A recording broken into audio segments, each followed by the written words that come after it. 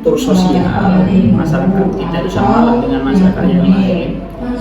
Ketokohan di masing-masing lingkungan, setiap satuan lingkungan itu kan ada yang memiliki itu kan tokoh, itu tokoh muda, tokoh masyarakat, tokoh agama, atau tokoh lingkungan. Nah, biasanya mereka yang punya jabatan di pemerintahan, misalnya Pak Camat, Pak Kades, itu memang strata sosialnya memang dituakan, ditokohkan. Kalau istilah orang desa itu omongannya didengarkan, biasanya begitu. Sama lah kayak yang lain.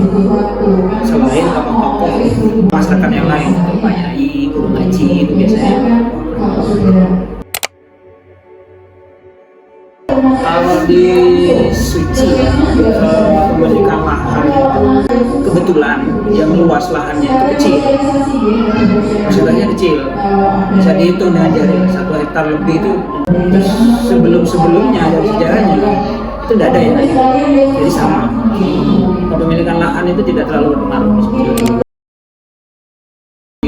Ketika pendidikan itu banyak otomatis sebenarnya, apalagi di desa. Jadi masyarakat atau anggota masyarakat yang punya pendidikan lebih tinggi itu biasanya pola pikirnya lebih dewasa, lebih luas wawasannya. Otomatis ketika dia bergaul dengan lingkungannya, pembicaraannya menjadi lebih masuk akal, bisa diterima oleh lingkungan. Jadi otomatis memang menjadi tempat minta pertimbangan, minta solusi, biasanya di situ.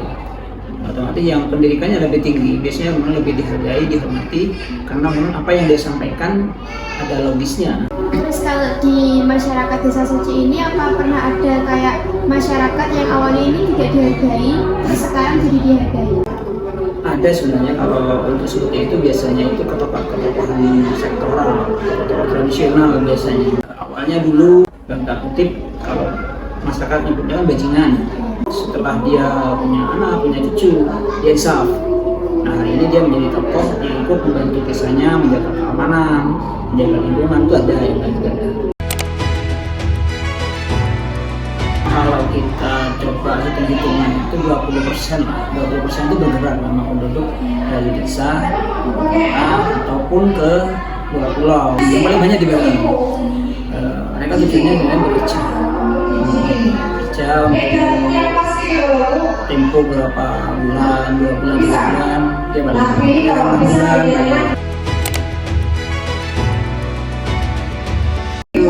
banyak, utamanya pasca ini karena pandemi COVID itu kan merubah banyak budaya, menjadi bukan petani lagi, dari petani menjadi pekerja bangunan, pekerja informal. Kemudian dari kerajinan yang mengandalkan bahan baku dari luar, akhirnya kan tidak bisa lagi bekerja, akhirnya menjadi pekerja sektor informal. Ada yang menjadi buruh tani, ada yang menjadi bangunan. Kalau di kantor desa sendiri ini ada kayak perpindahan jabatan dari bawah ke atas gitu, atau bukan sebaliknya? Kalau di kantor desa perubahannya ada yang purna, karena perangkat desa juga adanya sampai usia 60.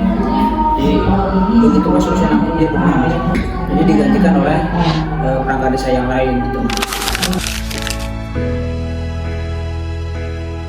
Selain dia petani juga dia memelihara hewan. Lain juga ada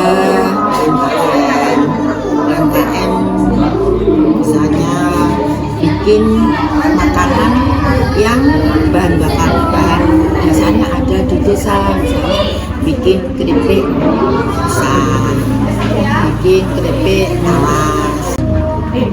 Jadi beragam. Juga pegawai negeri juga. Guru yang banyak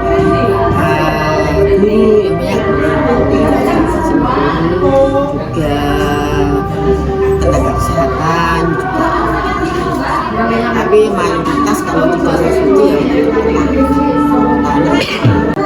Juga petani di sini ya petani bahan-bahan misalnya seperti nanam padi, jagung, seperti itu.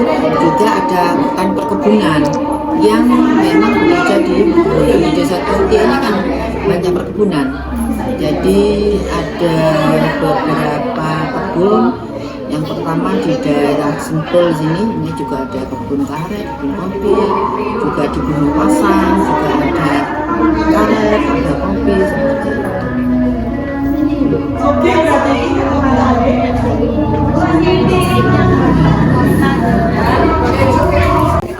Banyak Mbak, kalau daerah sini itu banyak yang Bali, banyak yang Kalimantan, juga jadi PMI, pekerja migran Indonesia yang ke Malaysia, yang ke Saudi, seperti itu, Taiwan. Rata-rata mereka itu bekerja sebagai apa nih Bu? Seperti TKW ya, TKW tenaga kerja wanita yang bekerja yang banyak di Kalimantan dan kembali. Kalau yang keluar negeri jarang sekali yang profesional, misalnya jadi tenaga kesehatan banyak ya. Kalau ibu-ibunya ya sebagai pembantu, kalau bapak-bapaknya ke Malaysia sebagai tukang bangunan. Itu faktor yang bisa hingga rantau keluar itu gimana? Itu faktor. Tapi dengan adanya dia bekerja keluar, baik itu keluar Jawa atau keluar luar negeri, ini bisa merubah perekonomian. Jadi yang dulu daerah-daerah pedalaman seperti daerah Payung, daerah yang peluruhannya jelek-jelek seorang bagus. Jadi dengan adanya merantau ini bisa merubah semuanya, dari ekonominya juga dari tempat tinggalnya, jadi rumahnya juga berubah semua.